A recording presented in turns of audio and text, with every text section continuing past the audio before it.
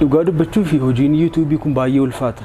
Maaliif hawaasni keenya baay'eensaa social media kanarra jira garuu Facebook irra kan jiru jira. Baay'een namoota keenya amma subscribe nu godhaa inni yeroo gaafannu kan email hin qabne illee jira.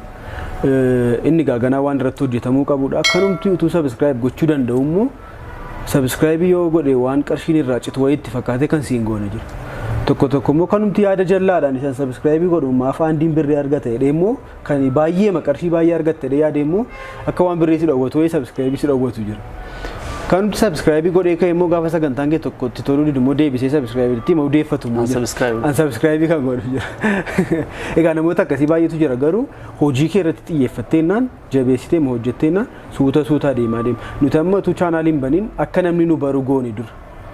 Amma egeree miidiyaa irratti yeroo hojjennu yeroo sana YouTube chaanaalii banachuu hin dandeenya turre garuu namni erga nu bareetii booda YouTube chaanaalii gaafa banannu kottaa garanatti gaafa innu namni salphaatti sii dhufa jechuudha. Kanaafiyyuu hojii makee jabeessitee hojjetteennaan tokko lama hidhee maguutee subscriberiin kee deemaa deema 1,000 2,000 3,000 4,000 so kanuma jechuudha garuu jabaatanii hojjechuudha. Yaada namootaa maal kana seeraan qabanii jabeessanii hojjechuudha. Asumaan garuu daawwattoota keenya waan jechuu barbaadu subscribe gochuun homaa namarraatii hin kutu.